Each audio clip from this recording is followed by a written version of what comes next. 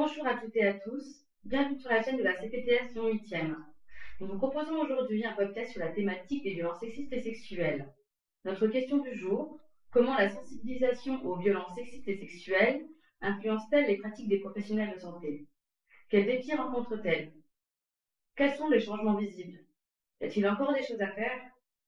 Pour répondre à ces questions, nous avons autour de la table Johanna Vergniaud, médecin généraliste, et Eva Sagnardon, infirmière libérale. Mesdames, je vous laisse vous présenter et à vous la parole. Oui, merci. Donc moi, je suis Johanna Vergniaud, je suis médecin généraliste. Je travaille dans une maison de santé à Lyon 8. J'ai fait mes études de médecine 6 ans à Lyon, 3 ans à Brest.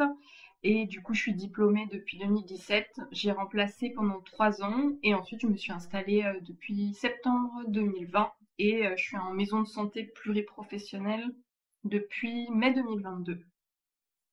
Et moi, je suis Eva Sagnardon, infirmière libérale. Je suis installée depuis 2018 dans le 8e arrondissement de Lyon. Et voilà. Je pense qu'en premier, on peut un peu revenir sur comment on s'est intéressé un peu à ce sujet et de quelle manière on a été formé. Je commence, si ça te va, Eva. Du coup, je pense qu'une chose importante pour moi, c'est que pendant mes études de médecine, je n'ai pas du tout été formée à la question des violences sexistes et sexuelles et enfin de façon très large à la question des violences tout court.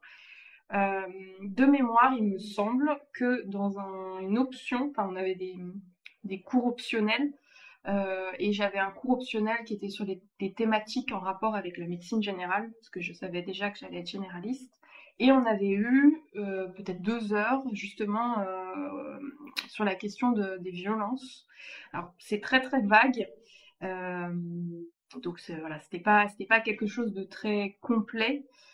Et c'était pas quelque chose de très concret, je pense, parce que du coup, j'ai rien retenu.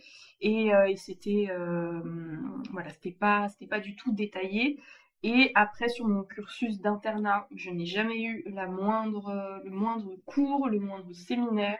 On nous en a un tout petit peu parlé à l'un de mes stages en pédiatrie, où le chef de service nous avait dit qu'il fallait y penser quand voilà, devant des jeunes filles qui venaient soit pour des symptômes un peu inexpliqués et qui venaient souvent d'urgence ou bon, bah, sur toutes les problématiques de santé mentale. Mais c'était bien gentil de nous dire ça, mais il ne nous a pas du tout formés sur comment on dépiste et qu'est-ce qu'on fait si ces jeunes filles nous parlent des violences qu'elles subissent. Donc voilà, c'était très succinct et ça, je m'en souviens très bien de ce moment. On était dans un couloir en train de visiter les urgences. Donc enfin voilà, c'était pas du tout une bonne manière, je pense, de nous aider à dépister les violences. Et après, donc je me souviens plus très bien à quel moment j'ai commencé vraiment à m'intéresser à la question des violences sexistes et sexuelles. La question du pourquoi, bah, je pense que quand on est une femme, c'est un peu évident de vouloir s'intéresser à quelque chose qui nous concerne au premier plan. Voilà, on est toutes concernées hein, sur le sujet des violences sexistes et sexuelles au premier plan ou sur le plan de notre entourage proche. Voilà, et j'ai commencé à me former pendant le confinement, donc en 2020. J'ai fait des formations militantes, du coup, qui étaient donc pas, enfin, qui sont pas, qui ne donnent pas de diplôme ou autre, mais qui étaient vraiment du concret, c'est-à-dire quelles questions on pose pour dépister les victimes de violences, qu'est-ce qu'on leur répond si elles nous disent oui, je suis victime de violence. Voilà, c'était vraiment du pratico-pratique. Et clairement, on reviendra dessus après, mais moi, cette formation, donc la première que j'ai faite, elle durait 3 heures, et après j'ai fait 2 autres qui faisaient 3 heures aussi à chaque fois. Moi, elle a vraiment changé ma pratique clairement. Il y a vraiment un avant et un après. Après, du coup, j'ai été militante féministe pendant 3 ans presque. Donc j'ai continué à me former un petit peu avec nos militantes, en menant des actions, etc. Et en 2021, j'ai fait une formation à la Maison des Femmes à Paris, 2 jours de formation au sujet des violences faites aux femmes. Et ensuite, j'ai fait une formation sur les violences faites aux enfants, ça qui était une formation validante, voilà, animée par des médecins experts. Ex- Experts et expertes, il y avait un homme. Et récemment, j'ai fait du coup une formation avec Eva notamment sur la question des violences, enfin de la violence sous soumission ou vulnérabilité chimique. Voilà, je vais laisser Eva continuer. Oui, alors moi du coup mon parcours est beaucoup moins chargé et puis différent parce que moi je suis infirmière. Les études étaient très très représentées par les femmes, très peu d'hommes. Ce qui m'a choquée très rapidement dans les études, c'est à quel point on ne recherche jamais le consentement du patient. On ne nous apprend pas à le rechercher. Et pourtant, nous, on a une profession où on touche énormément les gens. Et c'est très rare qu'on nous dise, qu'on nous apprenne. De mémoire, on n'a eu aucun cours. Je suis même quasiment sûre. Voilà. Après moi, comment je m'y suis intéressée à cette pratique? Bah déjà parce que ça nous concerne toutes.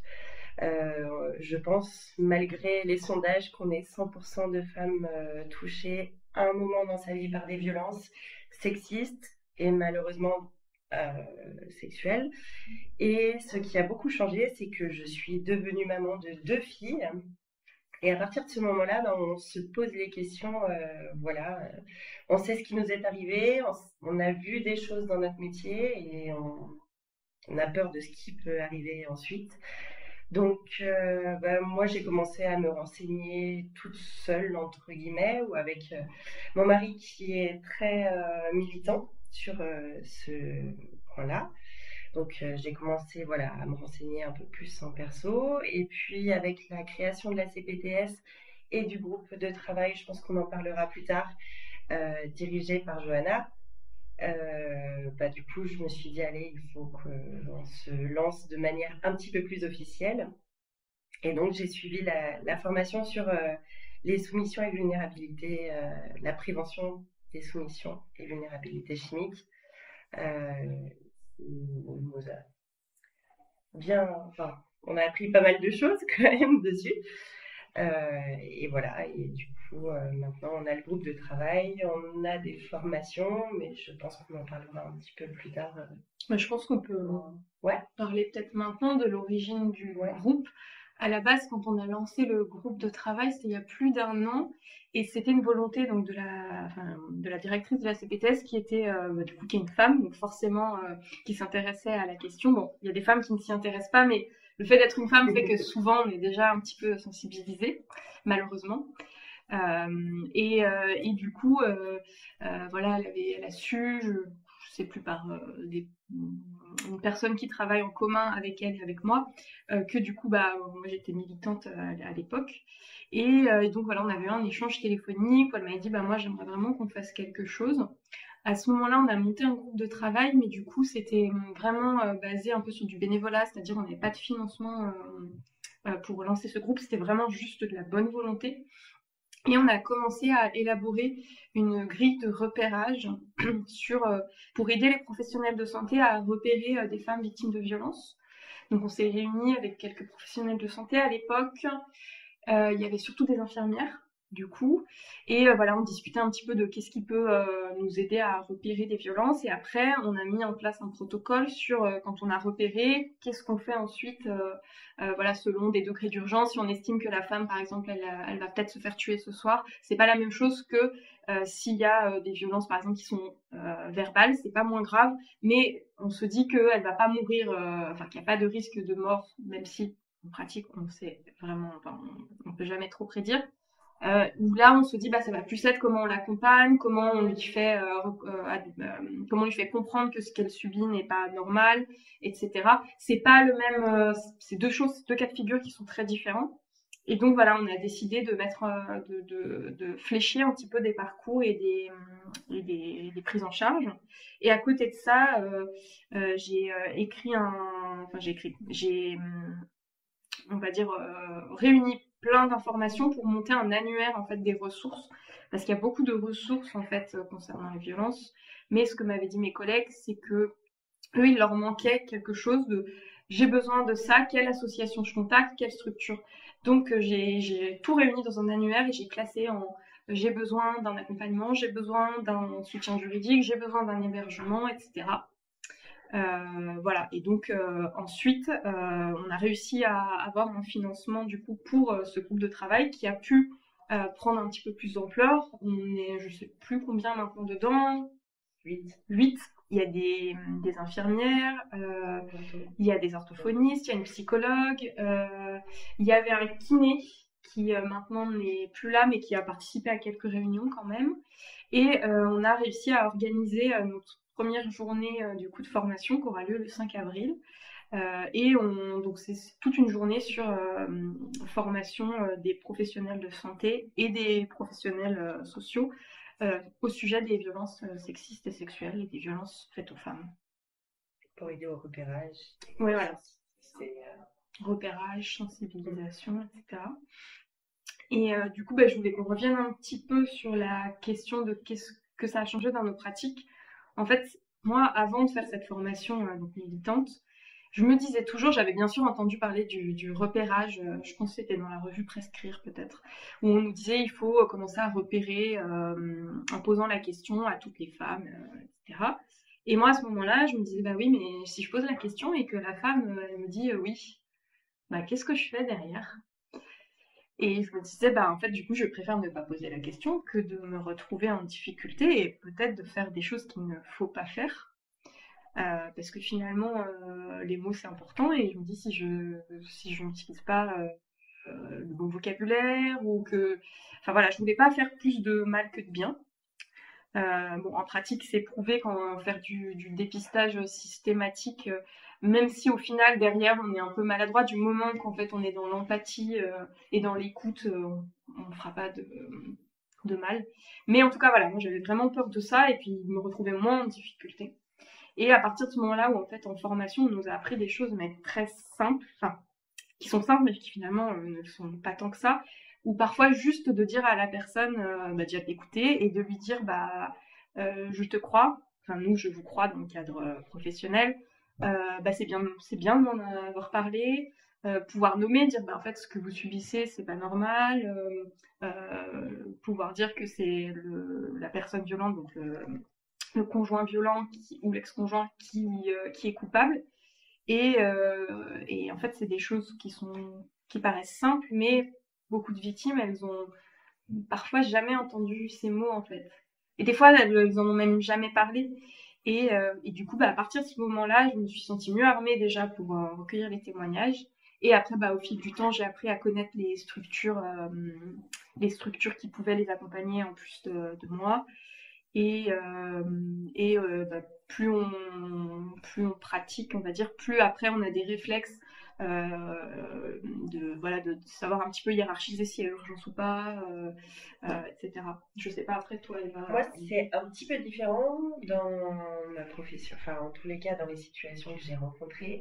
Contrairement à un médecin généraliste, moi, je vais dans l'intimité des gens, chez eux. La plupart du temps, les femmes qui sont victimes de violences attendent à ce qu'on les remarque. Elles ne nous en parlent pas, on voit les choses se faire et après c'est à nous de poser les questions. Très vite, on en remarque. C'est quelque chose qu'on a malheureusement quotidiennement dans notre... Enfin, pour ma part, je le vois quotidiennement. C'est compliqué. Parce que du coup, nous, le fait d'être chez la personne, on est dans une autre forme de dialogue. Les patientes attendent à ce qu'on remarque les choses. Et ce qui m'a aidée dans ma pratique professionnelle, c'est que jusqu'à très dernièrement, j'ai appelé Johanna pour avoir des contacts parce que voilà, je me suis retrouvée dans une situation très compliquée et c'est très appréciable d'avoir les contacts, de savoir vers qui se tourner, même si on n'a pas toujours les réponses qu'on aimerait avoir parce que c'est pas si simple que ce qu'on peut entendre, que ce qu'on peut croire, pardon. C'est pas parce qu'on remarque une violence ou qu'on nous avoue une violence qu'il y aura une solution derrière. Je pense qu'il y a beaucoup de choses à faire encore. pas qu'au niveau du médical, mais voilà, c'est un sujet, oui, de santé publique qui doit évoluer dans le temps et qui doit évoluer rapidement, j'espère. Voilà, Bah, sur la question de santé publique, je pense que c'est important de le dire et de le répéter. Enfin, je me souviens quand quand j'étais militante, à un moment, on a dû ouvrir un compte en banque pour l'association et on est tombé sur une banquière, voilà, qui était très sympa et qui nous a demandé bon ce qu'on faisait, etc. Et du coup, à un moment, je sais plus comment, parce que je crois qu'elle a dû me demander ma profession pour les papiers. Et elle m'a demandé, du coup, vous, dans votre activité professionnelle, vous en voyez souvent des victimes de violences. Et je lui dis, bah, vous voyez, rien que cette semaine, je pense que j'en ai eu 2 par jour. Et elle m'a dit, ah bon ah là là, mais je me rendais pas compte. Alors qu'elle-même, enfin voilà, quand on lui a dit ce que faisait notre collectif, elle m'a dit, ah bah oui, d'ailleurs, il y a pas si longtemps, j'ai accompagné une amie au commissariat. Enfin, en fait, dès qu'on commence à en parler, on s'aperçoit que ça concerne tout le monde. Mais elle a quand même, elle m'a dit, je pensais pas que c'était à ce point. Et je pense que c'est important en fait de rappeler que oui, les chiffres sont énormes et que ils sont bien en dessous de ce qu'on pense. Et ils sont bien en dessous de ce qu'on pense. Et voilà, et moi forcément, moi ou Eva, plus on est attentif à ça, plus on dépiste, bah forcément, plus on voit ça. Mais oui, les chiffres ils sont massifs. Enfin même pas que les chiffres, les situations. Et là-dessus aussi, moi, je pensais pendant longtemps que si je posais la question, on n'allait pas me répondre. Je me disais, je ne vois pas pourquoi on va me répondre. Et en fait, ça c'est archi faux. On s'aperçoit que quand on pose des questions, en fait, on a des réponses. Et que forcément, sur cette question de combien vous en avez vu cette semaine, en fait, si on se met à poser la question, les femmes, elles parlent. Et on ouvre la boîte de Pandore. Ouais, c'est assez impressionnant. Et en fait, oui, elle parle. Enfin, j'en ai quelques-unes, moi, je pense, où je suspecte et où j'ai beau essayer de tourner les choses pour l'instant, j'ai pas réussi à te dire. Mais c'est la majorité, elle parle. Et justement, on avait eu cette discussion lors d'un groupe de travail sur le lien important entre les violences subies et les problématiques médicales. Quand on a élaboré la grille de repérage justement avec les infirmières, on est parti d'une grille qui a été déjà faite par la Haute Autorité de Santé. Et en fait, le fait de subir des violences, ça peut conduire à des tas et des tas de problèmes de santé. Enfin, dans la grille, à un moment, il y avait une partie sur tout ce qui était gynécologique. Et on se disait, en fait, on peut mettre tous les problèmes, tous les symptômes gynécologiques peuvent être en lien avec des violences. Et on a parlé la dernière fois. Moi, un lien que je vois vraiment très important, en tout cas à mon échelle, c'est le lien entre violence et les maladies chroniques, surtout type les douleurs chroniques, soit les neuropathiques, les douleurs type fibromyalgie, mais aussi les choses qui guérissent pas, les capsulites, les choses comme ça. Moi, vraiment à mon échelle à moi, c'est 100% pour l'instant, de douleurs chroniques, et que quand on creuse, il y a des violences. Je sais pas, Eva, toi aussi. Exactement, non, c'est 100%. Et puis après, en fait, ça m'a fait penser à autre chose par rapport à notre profession. Il faut qu'on soit aussi vachement vigilant sur le fait qu'il n'y a pas que les violences physiques. Et il faut vraiment observer les patients. On est quand même... c'est la base de notre métier, de ton métier, de mon métier, qui se rejoignent à un moment quand même. Et en tant que soignant, en tous les cas, moi je parle pour ceux qui interviennent au domicile, il faut vraiment regarder quand on peut bien sûr, ce qui se passe et essayer de faire parler la personne, ou en tous les cas, si on sent qu'il y a quelque chose qu'elle ne parle pas, lui dire par nous-mêmes qu'il y a des choses qui peuvent ne pas être normales, qu'elle se rende compte elle-même qu'elle est dans une situation qui n'est pas normale.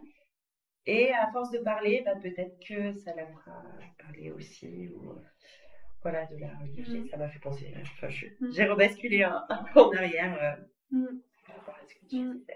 Non, mais moi, je pense à une patiente que je suis maintenant, qui a été suivie longtemps par notre remplaçante régulière, qui subit des violences, justement pas physiques, mais verbales, et ce qu'on appelle le contrôle spatial, c'est-à-dire que son mari contrôle tous ses déplacements, même elle a une appli de géolocalisation, c'est son compte Google qui est relié à celui de son mari, où il sait toujours où elle est, et le moindre de ses déplacements, elle doit le justifier La dernière fois, elle a dû 2 ou 3 enfants, je sais plus. Et en fait, maintenant, j'ai repris son suivi parce que notre remplaçante est partie.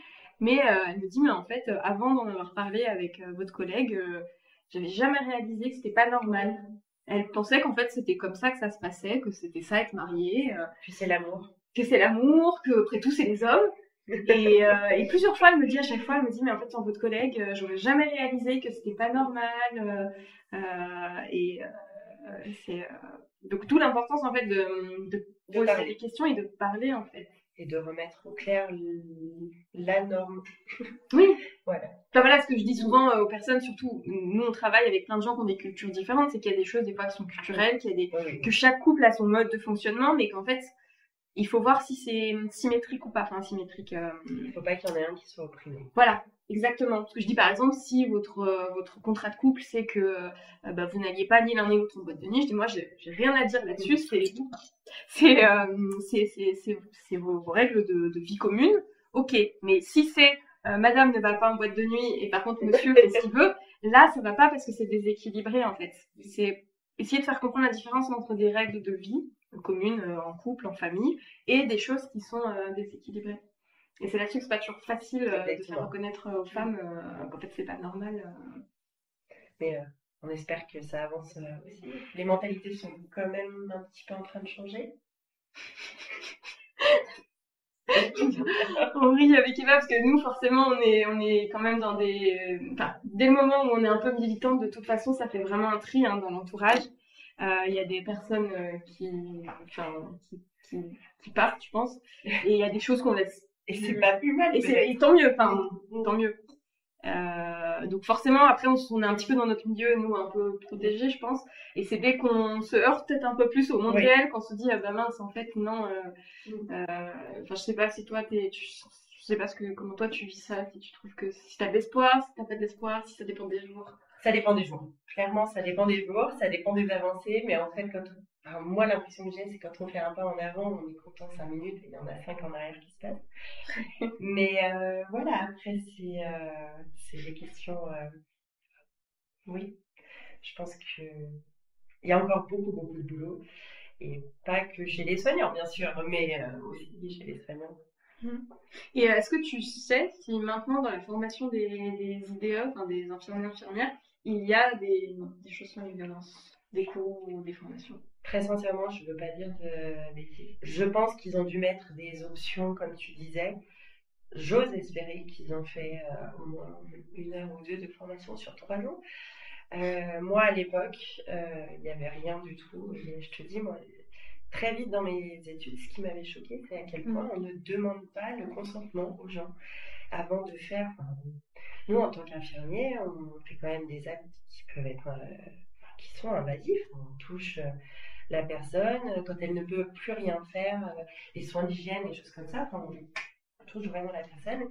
Et moi, personnellement, je préviens de tout ce que je vais faire en demandant l'accord avant. Enfin, c'est bête, mais pour une douche, voilà. Est-ce que la température de l'eau est bonne? Attention, est-ce que je peux vous toucher le dos?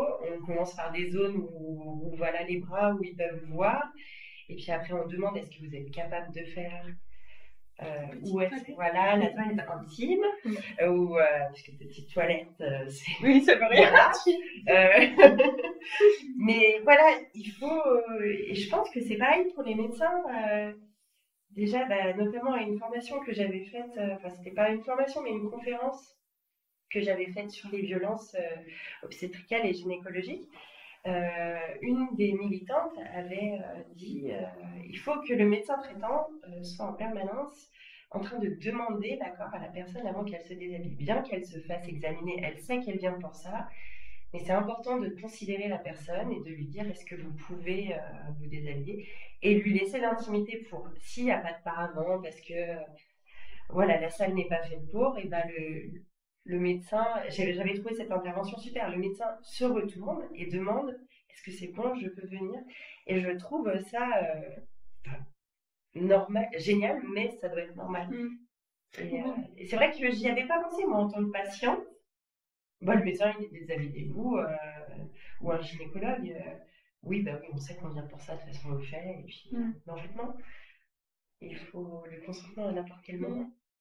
Après, je pense que ça dépend aussi du rapport que chaque personne a à la pudeur. Enfin, je sais que moi, j'aime pas du tout me déshabiller, donc j'ai toujours été très attentive à ça pour les gens et je les déshabille que si c'est nécessaire. Enfin, clairement, quelqu'un qui vient, ça vraiment, il y a deux écoles chez les médecins, donc je parle pour moi.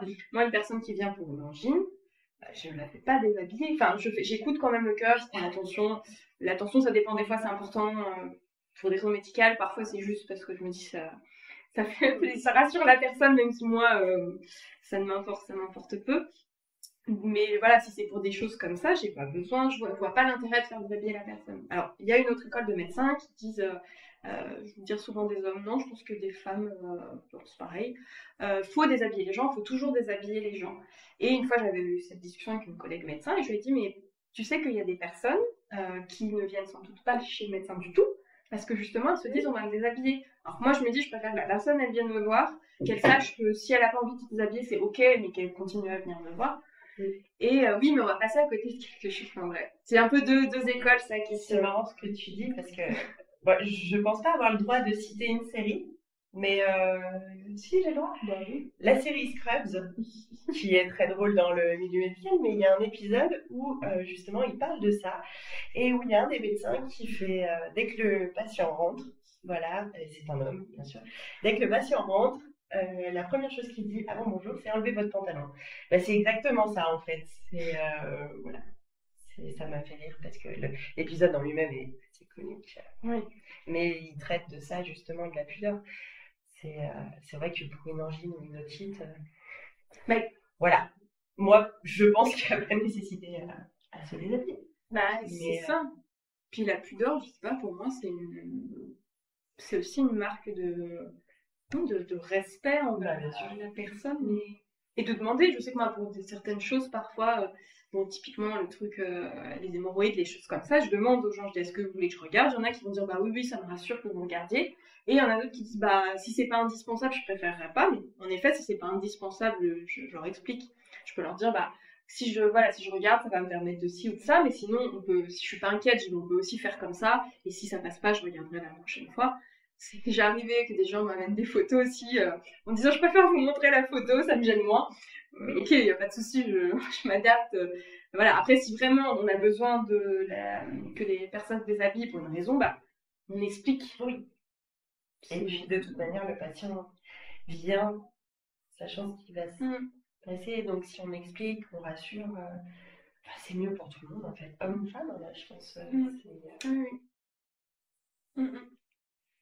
On aura envie de vous écouter des heures. On va devoir s'arrêter là. Merci beaucoup pour cet échange. Alors, cet échange vous a été présenté par Eva Saniardon, infirmière libérale, Johanna Vergniaud, médecin généraliste, moi-même Aladja Cléa, chargée d'émission à la CPTS de Lyon 8e, et Isdil Amadou à la production. Merci beaucoup. Merci beaucoup. Merci. Et pour information, on se retrouve le mois prochain